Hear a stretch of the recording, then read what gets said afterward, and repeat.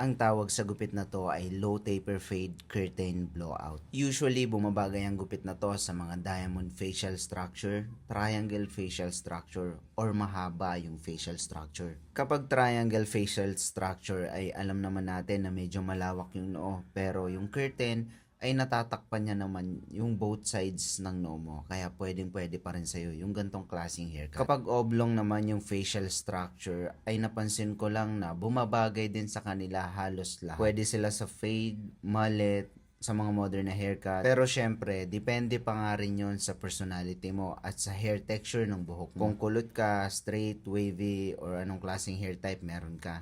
Yung mga sinabi ko kanina is hindi 100% na accurate. Kung baga, meron lang ako 70% assurance na bagay yun. Base na rin sa experience ko as a barber. Anyways, kaya kilala yung gupit na to as Jin Kazama haircut dahil si Jin Kazama ang inspo ng gantong klaseng haircut. Pero itong ginagawa natin is hindi 100% na pareho ng Jin Kazama haircut dahil si Jin ay hindi siya naka-taper or hindi pudpud yung sides. Kung baga, customize na Jin Kazama haircut. Anyways, may similarity lang to sa bangs tapos sa likod. The rest, customized na. Kung napapansin nyo, ang ginagamit ko sa kasalukuyan ay feather razor. Isa itong bagong barbering tools para maayos o maganda yung texture ng dulo ng mga ginugupitan natin. Behind lang tayo pero matagal na nilang ginagamit yan sa ibang bansa. Pero sa mga hindi naman gumagamit nun o gumagamit pa rin ng mga old school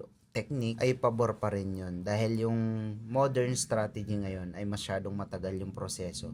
May advantages at disadvantages yung old school at modern. Ang modern barbering strategy ay applicable lang sa mga mid-end barbershop tapos sa high-end barbershop dahil masyadong matagal nga ang proseso nito kumpara sa classic. As a barber, payo ko sa'yo na aralin mo rin yung modern strategy dahil sa barbering, sarili natin ang pinopromote natin. Tayo mismo yung may control kung gusto natin itaas ang demand natin as a barber. Liban na lang kung magtaas din sila ng pricing. Kaya kung gusto mong mag-level up, tuloy lang sa pag-accept ng knowledge at papugiin natin sila.